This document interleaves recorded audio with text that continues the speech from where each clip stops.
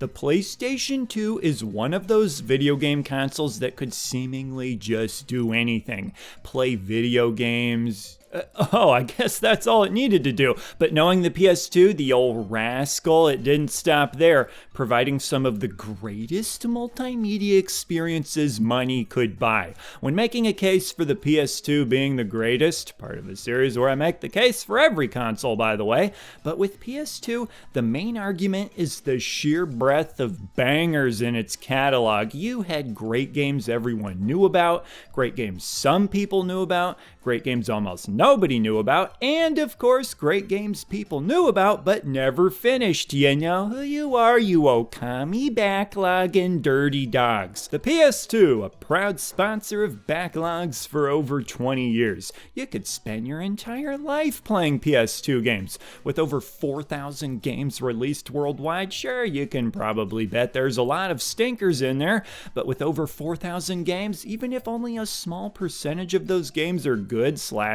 don't have a language barrier, we've still got hundreds of great games, and when looking into it, it makes a lot of sense that the PS2 ended up with so many good games. Heading into the release of the PS2, the first PlayStation had absolutely been rolling. The PS2's mission was simple: keep that gravy train moving along. People were hyped and ready for this thing. Even despite great games like Samba de Amigo on Dreamcast, are you kidding me? What kind of maniac would let go of this for something else? Well, over 150 million maniacs to be exact, with the PS2 being one of the longest standing examples of sales juggernauts in gaming's history. And while a lot of the best PS2 games have since been re-released on more modern hardware, with many people choosing to play in those formats instead, I still think the PS2 deserves credit for having all these games in the first place. And before you decide that you don't need to play on an original PS2 anymore, let me show you something. Did you know that the little PlayStation logo can be flipped to match whether you have your console horizontal or vertical? Playing on an original PS2 feels a little more necessary now, don't it? Personally, my favorite thing to use a PS2 for these days, besides, are the Time Crisis games. The Gun-Con is super accurate, and these games are an absolute hoot and a holler to play. No offense to babies, but the ultimate game of peekaboo belongs to Time Crisis. But more than that, I think the Time Crisis games demonstrate the wide range of games you can play on PS2. I'm sure there's die-hard PS2 fans who don't even play the Time Crisis games, though it might be time to start. The PS2 is both universal in the fact that everyone knows what it is, and a lot of us either owned or played one, but at the same time also very personal in that any given PS2 owner's game library can vary so drastically from one to the next. I will say this Gun-Con business is kind of a pain in the butt to set up initially. You can even do a 2-player setup with 2 CRT TVs, 2 Gun-Cons, a bunch of cables, 2 PS2s that both have FireWire ports, 2 copies of the game, and perhaps the most unrealistic requirement of all, 2 people whose free time matches up. But now we get to the part of the video where I pacify a large chunk of PS2 fans by talking about Metal Gear Solid, specifically the third one. Every console needs to have that one bell cow game that can represent the console, and I feel like Metal Gear Solid 3 is a pretty good choice, even if it can be kind of chatty. What many would call the best game in a series that, for the time being, seems to be left for dead, with the ironically named Metal Gear Survive being the last game in the series. This is as good a game as any to represent the console, or Kingdom Hearts, or GTA, or Ratchet and Clank. You know what?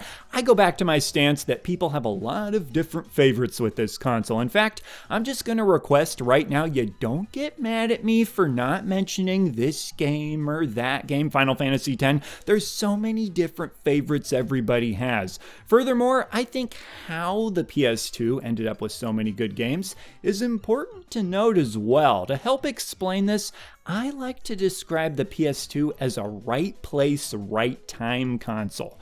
What I mean by that is the PS2 released at a time when the video game market was exploding in size and popularity. We'd never seen a console sell anywhere close to 100 million units like the first PlayStation.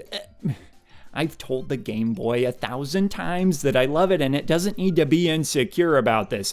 Game Boy sold over 100 million units if you include the Game Boy Color. The point is that the video game industry had been experiencing substantial growth leading into the launch of the PS2, which meant more game companies and developers coming onto the scene. And with a lot of that growth being because of the PlayStation 1, the PlayStation 2 was a very natural de facto choice for people's next console, as well as game developers. It even got a year's head start on Nintendo's GameCube and the newcomer Xbox, over a year if you count the Japan PS2 release, and neither console could do much to slow the momentum of the PS2. Apparently being compared to a purple lunchbox meant something wasn't a good video game console back then. And you know what? Why haven't they made an official GameCube lunchbox? I would start using a lunchbox just to have one. Until then, I'll have to dream. In any case, the PS2 was able to successfully harness the momentum of the PS1, which of course meant lots of third-party support. And first-party support, I guess. Ape Escape 2 fans say hey-o! And yeah, there were some other good ones too. But the PS2 was a third-party support beast. Basically, everyone was on board, even stuff like Resident Evil 4 that was promised to be exclusive to the GameCube. Capcom eventually decided, yeah, we ain't missing out on all those PS2 sales. What do you think we are, nuts? But not only did the PS2 receive a lot of third-party support from devs, a ton of the games it got were what some people, you're looking at one, like to call AA games. Essentially games that didn't have the massive budgets of AAA games, something that many people, you're looking at one, would tell you grew in popularity during the Xbox 360 era, coinciding with video games having larger budgets in general. And as much as we love certain big budget games, there's a novelty to having games that didn't require such extensive budgets to create, such as more games as a result. It's no secret that some games nowadays take a really long time to make, and some games just keep having more resources poured into them, which can definitely be seen as a good thing in some ways, but many people prefer having way more games cranked out that are still good, they just don't take as long to make. During the PS2 era, it felt like bangers were dropping at your local Blockbuster every weekend. Finding Katamari Damacy was a revelation. That stage where you collect the bananas, perfection. Think about how spread out the GTA games are nowadays. We got 3 different GTA games on PS2, and the PS2 was only out for 6 years, only 5 years in the US, before the PS3 came out. Whenever I come across conversations about which gaming generation was the best, you often see the PS2's generation mentioned because of how frequently great games were being released. And because PS2 was the sales leader by miles and miles, it was home to a large portion of these games. Also, a lot of people include the Dreamcast in that generation and Samba de Amigo, am I right? The PS2 was just advanced enough for 3D to look decent, and yet costs were low enough for more games to be made, and the more games you make, the more creative risk you are likely to see. Lots of creativity being put into games. Most devs were starting to come to grips with how to make 3D games, and it just worked.